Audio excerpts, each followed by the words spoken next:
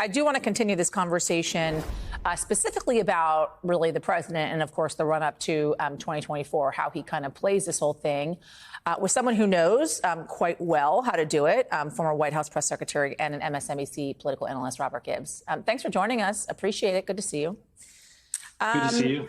I want to start with the president's negotiation strategy, right? Because there were a lot of folks that were urging the president to address the nation even before they were able to come together with a final deal. And they said, tell the nation how terrible it would be to default and tell them what the Republicans are doing that is keeping you from reaching a final deal. He didn't do that.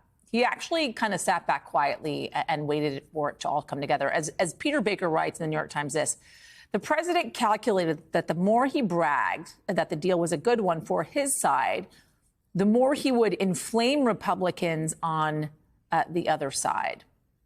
What do you make of this? Well, I think what Peter writes and what Joe Biden did were absolutely right and absolutely true. I think the more the president, had he spiked the football on this, the more wary Republicans would have been in supporting this. Look, this deal got 314 votes in the House of Representatives. I certainly didn't think you'd get a deal that could get that many votes. But I think what the president pursued was a strategy that he knew he had to have. The calamity of what would have happened had we gone into default tomorrow would have put in jeopardy a lot of political and economic plans that the president has. I think he gave Republicans space. He made sure that they could have, quite frankly, a good discussion and a good negotiation. And I think that's what ultimately led to a no drama type solution that we saw late last week. What do you think about the way in which he managed within his own party, especially kind of the progressive arm of his own party?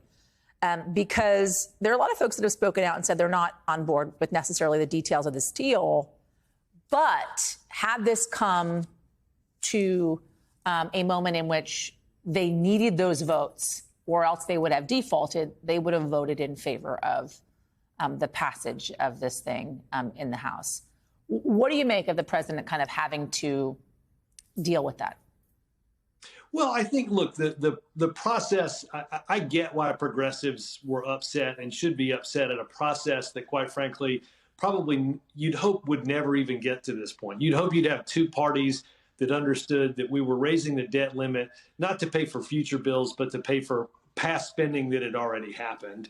And so, look, I get why they were mad at this. I think if you look, though, at the overall vote, you find that Democrats were broadly supportive of this deal. And look, again, yes, this would not be what they would have done had they been in charge and had they the ability to write this whole thing. That would have been a clean extension. But I think given the fact that the House is controlled by Republicans, was always going to end up in some sort of negotiation.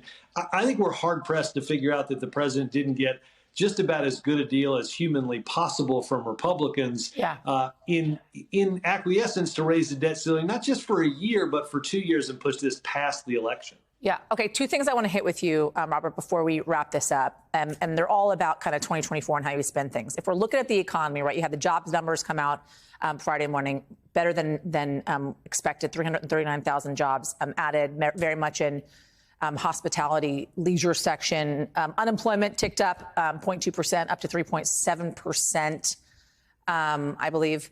At this point, what has this been from the president as he's heading into 2024 on the state of the economy? Well, look, I think the president's got a lot to brag about. I think the jobs numbers were overwhelmingly strong.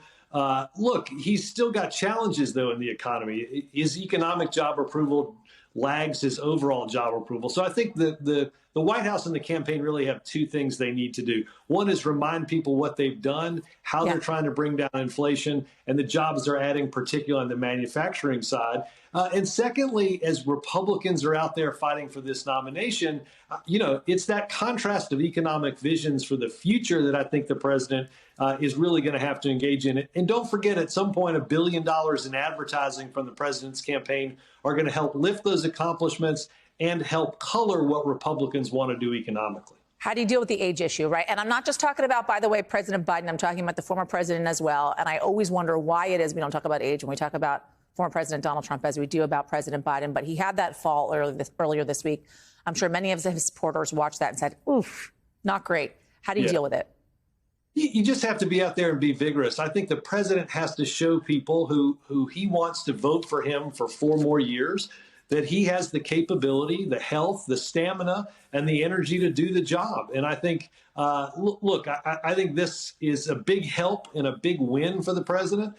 They've just got to go out there and show this every day. There's not one magic thing that you're going to do. He's not going to get younger.